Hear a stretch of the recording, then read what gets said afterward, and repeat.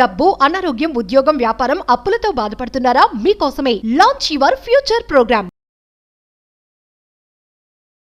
నమస్తే, welcome back to Suman TV. ప్రస్తుతం మనతో పాటు ఉన్నారు సీనియర్ ఐపీఎస్ ఆఫీసర్ రెడ్డన్న గారు. సార్తో మాట్లాడదాం. నమస్తే సార్. నమస్కారం అండి. సార్, మనం కొన్ని వీడియోలో మాట్లాడుకున్నాం కదా, సాంకేతిక లోపాలు అని చెప్పేసి, బోయింగ్ విమానంలో లోపాలు ఉంటాయని చెప్పేసి, ఆ ఫ్యూయల్ విషయంలో కానీ. అయితే ఏదైతే ఈ ఫ్యూయల్ ఉంటుందో స్కెచ్ వేసి దాన్ని ప్లాన్ చేశారు అనేది ఒక ఆరోపణ అయితే వింటున్నాం మనము. అంటే మీరేమనుకుంటున్నారు, అసలు కారణం ఏముంటుంది అంటున్నారు? ఇప్పుడు మామూలుగా ఎయిర్ క్రాఫ్ట్ లో ఫ్యూయల్ నింపేది గ్రౌండ్ స్టాఫ్. వాళ్ళు ఫ్యూయల్ నింపేటప్పుడు జనరల్గా ఏం చేస్తారంటే మెయిన్ ఫ్యూయల్ వాల్వ్ ఏదైతే ఉందో అది స్విచ్ ఆఫ్ చేసి ఫ్యూయల్ నింపుతారు.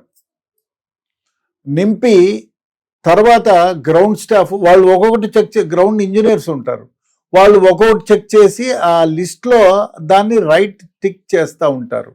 అక్కడికి ఫ్లైట్ క్రూస్ కానీ వేరే వాళ్ళకి కానీ అక్కడ పోయే అథారిటీ కూడా లేరు, వాళ్ళు పోరు కూడా. క్రూ ఎప్పుడు పోతారు, అంతా రెడీ అయిన తర్వాత వాళ్ళు ఓకే ఫర్ టేక్ ఆఫ్ చెప్తే అప్పుడు క్రూ వచ్చి ఎక్కుతారు. దాంట్లో ప్యాసింజర్లు ఒకవేళ ఫ్యూలింగ్ అప్పుడు పంపించినా క్రూ లాస్ట్లోనే ఎక్కుతారు. వాళ్ళు ఆ లిస్ట్ చూసుకుంటారు, వాట్ ఆర్ దే చెక్డ్ అని. అంతవరకే వాళ్ళకి ఈ ఇంజన్ బ్యాక్ సైడ్ ఇంజన్ ఏదైతే ఉందో ఆ ఇంజన్ చెక్ చేసే అథారిటీ కానీ ఫ్యూలింగ్ ట్యాంక్ వైపు కానీ వాళ్ళు పోరు. ఫ్యూలింగ్ ట్యాంక్ వాళ్ళు ఫిల్ చేసిన తర్వాత వాళ్ళు మెయిన్ వాల్వ్ ఏదైతే ఉందో దాన్ని ఆన్ చేసి సర్టిఫికేషన్ చేయాలి. ఒకవేళ తొందరపాటులోనో ఇంట్లో కొట్లాట్లో ఏదో అయ్యి ఆ మెయిన్ స్విచ్ వాల్ని ఆన్ చేయకుండా పోతే ఆ పైప్ లైన్లో ఉన్నటువంటి ఏదైతే ఫ్యూయల్ ఉందో ఆ ఫ్యూయల్ మాత్రమే సరఫరా అవుతుంది. మెయిన్ పైప్ లైన్లో వచ్చిన ఫ్యూయల్ కట్ ఆఫ్ అయ్యగానే ఎయిర్ క్రాఫ్ట్ 2 ఇంజన్లు ఒకేసారి ఆగిపోతాయి. మామూలుగా అయితే ఈ ఎయిర్ క్రాఫ్ట్లో బర్డ్స్ హిట్ అయింది అనుకోండి, అయినా కూడా ఈ రోల్స్ రాయిస్ ఈ కెపాసిటీ 1000 కెపాసిటీ ఉండేటువంటి ఇంజన్లు ఇమీడియట్గా ఆగిపోవు. ఒకవేళ ఒక దాంట్లో పక్షి అయినా అది ఆగిపోతుంది.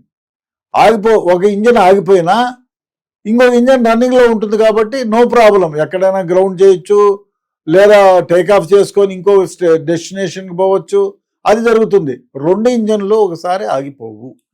2 ఇంజన్లు ఒకసారి ఆగిపోయేదామంటే పవర్ అన్నా డౌన్ అయి ఉండాలి.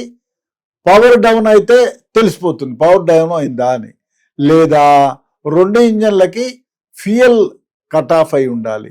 ఫ్యూయల్ కట్ ఆఫ్ అవడానికి మెయిన్ రీజన్ ఈ గ్రౌండ్ టెక్నికల్ స్టాఫ్ ఎవరైతే ఉన్నారో ఫ్యూలింగ్ స్టాఫ్ వాళ్ళు బై మిస్టేక్ అయినా, అంటే ఎందుకంటే వాళ్ళు తప్ప వేరే వాళ్ళకి ఎవరికి యాక్సెస్ ఉండదు ఆ పాయింట్లో. ఫ్యూలింగ్ చేసిన తర్వాత మెయిన్ వాళ్ళు బంద్ చేసింది ఆన్ చేసి సర్టిఫికేట్ చేసి పంపించాలి. అదేమైనా బై మిస్టేక్ ఆ ఫ్యూయల్ వాల్వ్ మెయిన్ ఫ్యూయల్ వాల్వ్ని కట్టేసింది అంటే ఆ ఫ్యూలింగ్ చేసేటప్పుడు ఆన్ చేసేకుండా కట్ ఆఫ్ చేస్తారు. మామూలుగా ఫ్యూలింగ్ చేసిన తర్వాత ఆన్ చేస్తారు. బై మిస్టేక్ అయినా అయి ఉండొచ్చు, లేదు ఎందుకంటే అక్కడ ఎవరు పోయేదానికి లేదు. గ్రౌండింగ్ స్టాఫ్ ఎవరైతే బాడ్జీలు ఉన్నాయో ఎవరైతే ఆథరైజ్డ్ ఉన్నారో వాళ్ళు తప్ప ఎవరిని పోనీరు, ఎందుకంటే లాట్ ఆఫ్ చెక్స్ ఉంటాయి. కాబట్టి గ్రౌండింగ్ స్టాఫే అక్కడికి యాక్సెస్ ఉంది. ఆ ఫ్లైట్ ఇంజనీర్ గ్రౌండింగ్ స్టాఫ్ మాత్రమే, వాళ్ళు మాత్రమే ఫీలింగ్ అయిన తర్వాత ఆ స్విచ్లన్నీ ఆన్ చేస్తారు. తర్వాత ఫ్లైట్ ఇంజనీర్ ఎవరన్నా ఉంటే టేకాఫ్కు ముందు ఒకవేళ ఏదన్నా సాంకేతిక లోపం ఉంటే గ్రౌండ్ స్టాఫ్లో మెయింటెనెన్స్ ఇంజనీర్ ఉంటే ఆయన పోయి చెక్ చేసి ఆ పాయింట్స్ అన్ని నోట్ చేసుకొని ఆ ఫ్లైట్కి టేకాఫ్కి ఓకే చెప్తాడు.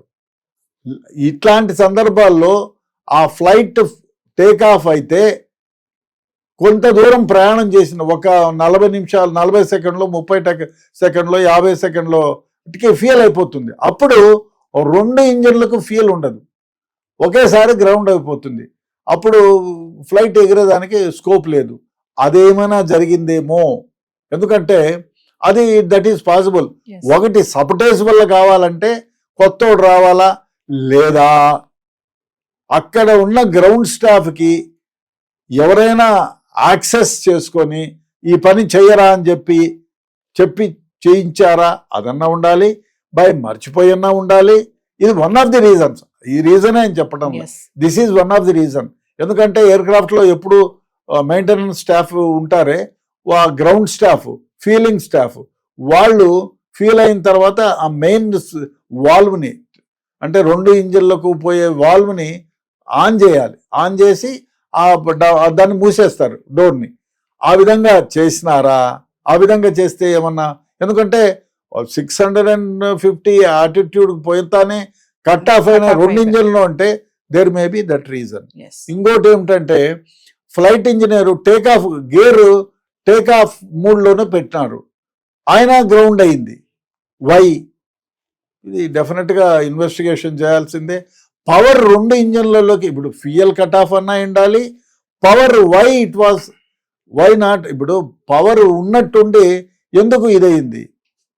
బట్ దాన్ని ఇన్వెస్టిగేషన్లో తేలుతుంది. ఒకవేళ మెయిన్ స్విచ్ ఏమన్నా, ఫ్యూయల్ మెయిన్ స్విచ్ వాల్వ్ ఏదైతే అది ఆఫ్ చేసి ఉందా, that is also one of the reason. That may be by mistake, ఏమో నిద్ర లేకుండా ఉండి ఎక్కడో చేసుకొని ఉండి ఏముంది లేని రొటీన్గా ఆఫ్ చేసింది ఆన్ చేయకుండా పోయిన సందర్భాలు ఉండొచ్చు కూడా, చెప్పలేం.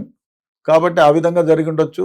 లేదా ఏదైనా లోపం ఉండి పవర్ కాకుండా పోయే, power all of a sudden cut off అయ్యి 2 ఇంజన్లు బ్రేక్ డౌన్ అయితే, 2 ఇంజన్లకి పవర్ లేకపోతే డెఫినెట్గా కూలిపోయి ఉండొచ్చు. అంటే సార్ మీరు చెప్పేదాన్ని బట్టి చూస్తే ఇక్కడ కొంచెం నిర్లక్ష్యం అని కూడా అనుకోవచ్చు అంటారా? చెప్పలేం. నిర్లక్ష్యం, ఒక స్విచ్చే కదా, ఏముంది?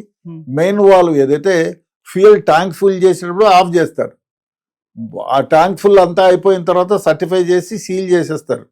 సీల్ చేసి దాన్ని, అదే కాదు, ఫ్లైట్లోకి ఎక్కించక ముందు కూడా మీకు శాంపిల్స్ కలెక్ట్ చేస్తారు. ఏమన్నా వేసినారో ఏమో చెప్పలేం కదా అని. ఆ ట్యాంక్స్లో, ప్రతి ట్యాంక్లో 2-3 బాటిల్స్లో సీల్ చేసి పెడతారు. ట్యాంకులో వచ్చేది బయట నుంచి కదా వస్తాయి ట్యాంకర్లు. కాబట్టి అది కూడా చెప్పలేం. ఏమన్నా ఆ విధంగా స్విచ్ ఆఫ్ ఏమన్నా అయి ఉంటే ఆ విధంగా కూడా గ్రౌండింగ్ అయిపోతుంది ఇంజన్. మరి చూడాలి ఇన్వెస్టిగేషన్లో. అదే కాకుండా కాక్పిట్ రికార్డర్ అవి దొరికినాయి, సిడిఆర్, ఎఫ్డిఆర్లో మనకు డెఫినెట్గా సిడిఆర్లో, ఎఫ్డిఆర్లో లోపాలు ఏమేమి ఉన్నాయి, ఏం జరిగింది అనేది తెలుస్తుంది. లేదు రేపు పొద్దునే ఆ వాల్వ్ ఏదైతే ఉందో అది డెఫినెట్గా ఇన్వెస్టిగేషన్లో దొరుకుతుంది. ఇప్పుడు ఎవరిని కూడా క్లీనింగ్ స్టాఫ్ను అందరినీ కూడా బయటికి పంపించేసినారు. ఎందుకంటే ఏదైనా స్టాఫ్ ఉండేవాడు, ఇప్పుడు ఒక స్విచ్ దొరికింది అనుకో, ఆ స్విచ్ను వెనక ముందర కానీ నాబోటు మనం తెలియని వాళ్ళకి పోయి వారి చేతిలో ఉంది, ఏదో బాగుంది రే స్విచ్ అని వెనక ముందు అన్నారనుకో, ఇన్వెస్టిగేషన్ హ్యాంపర్ అవుతుందని అక్కడ క్లీనింగ్ స్టాఫ్ను కానీ మిగతా వాళ్ళని కూడా బయటికి పంపించేసి ఉన్నదాన్ని క్షుణ్ణంగా పరిశీలన చేస్తున్నారు 3-4 ఏజెన్సీలు. కాబట్టి ఇదంతా అయిన తర్వాత డెఫినెట్గా తేలుతుంది, ఏమి సబటేజ్ ఉండే ఛాన్సా, లేదు బై మిస్టేక్ ఎవరన్నా చేశారా, పవర్ ఎందుకు ఇదైపోయింది అనేది. లేదు ఇంకొకటి కూడా జరిగిండొచ్చు.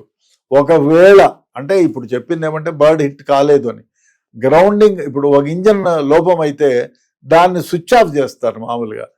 అదే కాకుండా లైవ్ ఇంజన్ ఏమైనా స్విచ్ ఆఫ్ చేసినారా బై మిస్టేక్? ఇప్పుడు 2 ఇంజన్లు ఆన్లో ఉంటే ఒక ఇంజన్కి ఏదన్నా ట్రబుల్ వచ్చింది, దానికి ఫ్యూయల్ ఏదన్నా ఇదైతుందని దాన్ని ఆఫ్ చేయమంటే 2 ఇంజన్లు బై మిస్టేక్ ఆఫ్ చేసినారా? ఆ విధంగా కూడా 2 ఇంజన్లు చేయవచ్చు. కాబట్టి చూడాలి ఇన్వెస్టిగేషన్లో.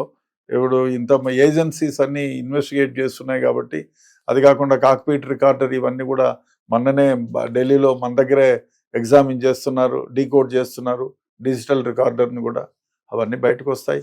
కొంచెం ఓపిక పడితే డెఫినెట్గా దీని కారణాలు ఏమిటనేది తెలిసిపోతుంది. అంటే సార్ దీని ఇంపాక్ట్ ఇప్పుడు అన్ని ఫ్లైట్స్ని తనిఖీ చేయడం జరుగుతుందంటారా? డెఫినెట్గా క్షుణ్ణంగా, ఎక్స్పెషల్లీ బోయింగ్స్ ఏవైతే ఉన్నాయో వాళ్ళని. ఇప్పుడు సమస్య ఏమిటంటే ఈ బోయింగ్ విమానాలని ఫ్లై చేయడానికి అనుమతించాలా వద్దా, 1-2 సార్లు తనిఖీలు చేయించి ఏమిటి అనేది చూసిన తర్వాతే వాళ్ళు అనుమతిస్తారు. డెఫినెట్గా అందరూ భయపడతారు ఫ్లైట్ ఎక్కాలంటే, డెఫినెట్గా భయపడతారు. ఏంటి ఈ విధంగా జరిగింది, చిన్న ఎయిర్క్రాఫ్ట్లు ఎక్కాలన్నా భయపడే పరిస్థితి ఇది. కాబట్టి చూడాల ఇన్వెస్టిగేషన్లో ఏదో బయటకు వస్తుంది. ఎందుకంటే ఆ కంపెనీ కూడా కొన్ని వేల కోట్లు పెట్టుబడి పెట్టిన కంపెనీ కదా. ఒకసారి ఇట్లా జరిగిందంటే ఆ బోయింగ్ కొనాలంటే భయపడతారు ఎవరైనా. కొన్ని వేల కోట్లు పెట్టుబడి పెట్టేది కదా. అదే విధంగా ఒకరోజు కొన్ని లక్షల మంది కోట్ల మంది ప్రయాణం చేస్తారు. ఇండియా ప్రపంచం మొత్తం మీద ఏదో 7,000 విమానాలు ఎన్నో ఉన్నాయి.